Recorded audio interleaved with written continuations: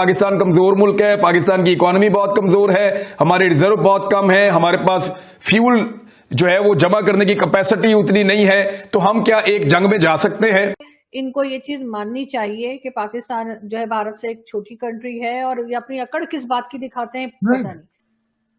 ان کو اس بات کا دکھ نہیں ہے کہ کشمیر پہ آپ نے سرنڈر کر دیا, یا یہ ہے کہ پاکستانی افواج جو ہیں وہ اتنی کمزور کیوں ہو گئی. ان کو دکھ یہ ہے کہ باجوہ نے یہ سچائی جو ہے وہ کیوں بیان کر دی. صاحب آپ نیشنل سیکیورٹی اسٹریٹجی امریکہ کی آئی ہے 12 اکتوبر 2022 کو, اس میں پڑھ لیں. ایک یہ کہ اس خطے میں ان کا بہترین دوست انڈیا اور بدترین دشمن چائنا, اور پاکستان کا کوئی ذکر نہیں اس میں.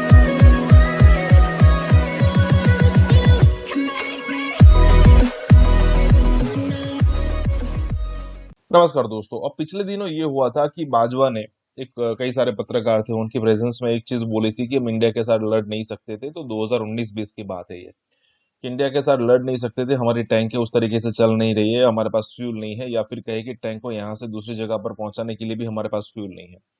تو اس میں بیٹر راستہ یہی ہے کہ انڈیا کے ساتھ سیز فائر کر لیا جائے اور انڈیا کے ساتھ ریلیشن بیٹر کیا جائے. اور 2021 میں پردھان منتری مودی کو پاکستان بلانے کی بات ہو رہی تھی. حالانکہ انڈیا کی طرف سے کوئی بھی اس پر سٹیٹمنٹ نہیں آیا ہے کہ کیا یہ بات سچ ہے, غلط ہے, سچ ہے, یا پھر اس میں کتنی سچائی ہے.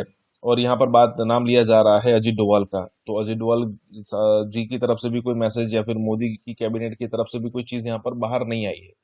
لیکن یہاں پر بات دراصل یہ ہو رہی ہے کہ بھئی آخرکار ایسی سچویشن آ کیسے گئی, اور اس بات کا دکھ نہیں ہے پاکستانیوں کو. کئی سارے پاکستانی یہاں پر چلا رہے ہیں, تو اس بات کا دکھ نہیں ہے کہ ان کی اکانومی اتنی خراب ہو گئی کہ یہ کرنا پڑا. ان کو اس بات کا دکھ ہے کہ بھئی آخرکار انڈیا کے سامنے آپ کیسے جھک گئے, ایک ہندو کے سامنے. اسی کے ساتھ یہ ویڈیو شروع کرتا ہے.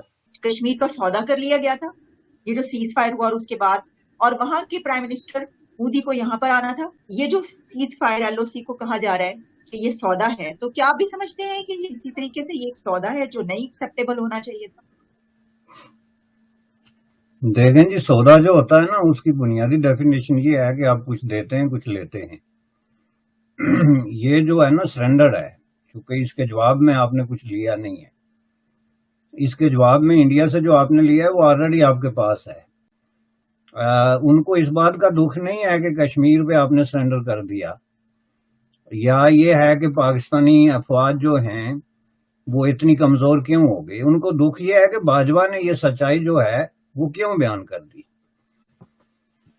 یہ جنگ اور امن کے سوال پہ کسی ایک جو فوج کا چیف جو ہوتا ہے وہ اتھارٹی ہوتا ہے, کیونکہ اس نے ہی ڈیسیجن کرنا ہوتا ہے. اور وہ ڈیسیجن کس بیس پہ کرتا ہے؟ وہ اپنی فوج کے مسلز دیکھتا ہے کہ ہماری فوج کی کنڈیشن اس وقت کیا ہے, اس کے پاس ڈیزل کتنا ہے, پیٹرول کتنا ہے, جنگی ساز و سامان کتنا ہے. اور وہ نظر آ رہی ہے کہ جس ملک میں آپ یوں دیکھیں کہ گزشتہ 1 سال سے IMF آپ کی گردن پہ سوار ہے $2 بلین کے لیے, تو آپ کا کیا خیال ہے کہ ایک چھوٹی سی چھوٹی جنگ بھی ہے, 10 دن کی جنگ, اس پہ کتنے $1 بلین چاہیے؟ تو بلینز آف ڈالر کا خرچہ ہوتا ہے. اور یہ صرف جنرل یا جو وار سائنٹسٹ ہوتے ہیں, جو وار کی سائنس سے آگاہ ہوتے ہیں, وہ جانتے ہیں. جنرل باجوہ ہمیں صحافیوں کو یہ سمجھا رہے تھے کہ کشمیر کو چھوڑ کر پاکستان کو بھارت کے ساتھ نیگوسیشنز کرنی چاہیے اور مذاکرات میں آگے بڑھنا چاہیے. ابھی کشمیر کا نام لینا بے شک چھوڑ دیں. جنرل باجوہ نے یہ ضرور کہا کہ پاکستان کمزور ملک ہے, پاکستان کی اکانومی بہت کمزور ہے, ہمارے ریزرو بہت کم ہے, ہمارے پاس فیول جو ہے وہ جمع کرنے کی کیپیسٹی اتنی نہیں ہے, تو ہم کیا ایک جنگ میں جا سکتے ہیں. وہ بار بار یہ کہتے رہے کہ لڑنے کی صلاحیت کے اوپر وہ سوال اٹھاتے رہے.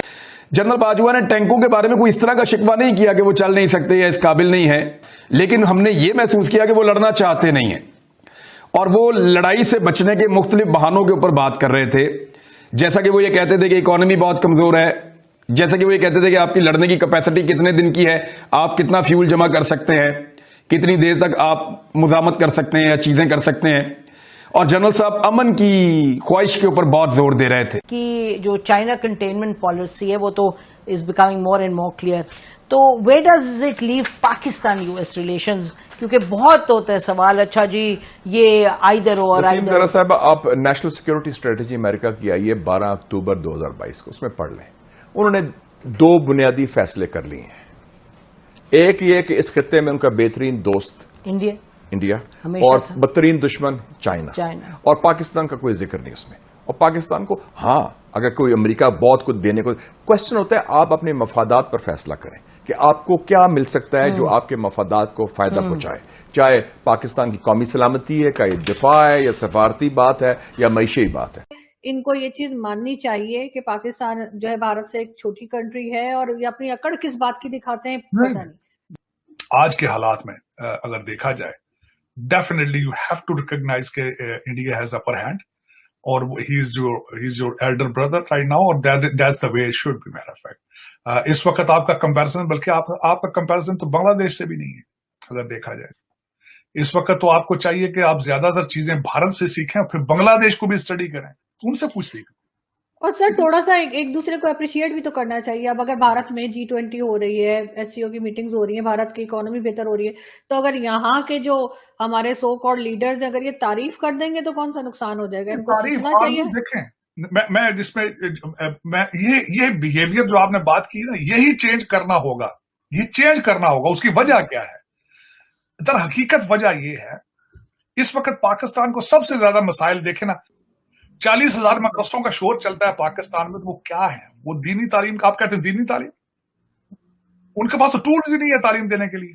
بالکل 10 12 بچے جب پیدا ہوتے ہیں تو شام کو کھانا دینا مشکل ہو جاتا ہے، کیونکہ یہ آپ کے سارے زیادہ تر افسوس کے ساتھ خیبر پختونخوا کے اندر تو وہ مزدور ہوتا ہے باپ، وہ سب کو جا کے مدرسے چھوڑ کے آ جاتا ہے. ایسے ہی. اور یہ آپ کو دیکھنا ہوگا. ماضی کے اندر تو آپ کا کاروبار چلتا رہا، کیونکہ دہشت گردی تھی، چلا رہے تھے، آپ دنیا کو ڈرا رہے تھے. بھائی ادھر سے اسامہ ملنا، ادھر سے طالبان نمبر 4 پکڑا گیا، ادھر سے القاعدہ نمبر 2 پکڑا گیا، ادھر سے یہ ہو گیا، ادھر سے دنیا کو امریکن کو ڈراتے تھے. وہ تو بیچتے رہے آپ. پرویز مشرف صاحب نے کھلا کے لکھا سارا، وہ بیچا، آپ نے کھل کے بیچا. لیکن سر روڈ میپ کسی کے پاس نہیں ہے، چاہے وہ اسٹیبلشمنٹ ہو، چاہے مارشل لا لگائیں، چاہے یہی گورنمنٹ رہے دوسری آئے، روڈ میپ کسی کے پاس نہیں ہے. اکانومی کیسے صحیح کریں گے؟ میں نے آپ کو عرض کی ہے، یہ تو جو بلیڈنگ ہو رہی ہے وہ بھی نہیں روک پائیں گے. مارشل لا لگے گا تو آگے مزید جو یہاں سے نکل کے جا رہا ہے پیسہ، شاید وہ رک جائے. اور اگر وہ اس بات کا اظہار کریں تو اس سے بڑا احسان اپنے ملک پہ کوئی اور نہیں ہو سکتا، کیونکہ آپ اپنے ملک کو مس گائیڈ کر کے، پبلک اوپینین کو مس گائیڈ کر کے تو زیادہ عرصہ ویسے بھی نہیں چل سکتے. اس لیے اگر اس نے یہ سچائی بیان کی ہے تو اس کو یہ چیلنج کریں نا، ہمیں فیکٹس اینڈ فیگرز دیں کہ نہیں باجوہ صاحب جھوٹ بول رہے ہیں، ہمارے پاس تو اتنے 1000 ٹن ڈیزل وہاں پڑا ہوا. آپ کو پتا ہے امریکہ کے پاس کتنا پیٹرول ریزرو میں ہے، جرمنی کے پاس، یعنی آپ حیران رہ جائیں گے اگر آپ وہ سٹیٹس دیکھیں. پاکستان کے پاس کتنا ہے؟ تو جب آپ کے پاس ہے ہی کچھ نہیں، وہ جس کو حسن نثار کہتا رہتا ہے کہ پلے ہی کچھ نہیں، تو باتیں آپ اتنی لمبی لمبی چھوڑتے رہتے ہیں.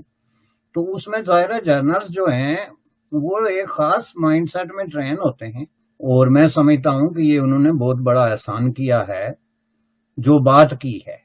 جو میں بات کرنے کی بات یہ نہیں کہہ رہا کہ کشمیر پہ سٹینڈر کر کے احسان کیا، بلکہ بات جو انہوں نے کی، چونکہ انہوں نے ایک سچائی کو تسلیم کیا تو لوگوں کو بھی پتا چلے کہ ہم کس پانی میں ہیں. اگر حقیقت میں دیکھا جائے تو عام آئیڈیا یہ ہے کہ پاکستان اور انڈیا کے درمیان جو امن اور جنگ کا سوال ہے، اس میں جو ہے وہ فوج رکاوٹ ہے. عام طور پہ آپ سنتے آئے ہیں، ہم بھی کئی دفعہ باتوں کی روح میں بہ جاتے ہیں اور ہم بھی کہہ دیتے ہیں. لیکن اگر آپ اس کو حقیقت سے دیکھیں گہرائی کے ساتھ تو آپ کے لیے ایک بہت بڑا انکشاف یہ ہوگا. اگر آپ ہسٹری کو ایسے پڑھیں جیسے اس کو پڑھا جانا چاہیے، ایسے نہیں جیسے ہمارے دماغوں اور منہ میں ٹھونسی جاتی ہے.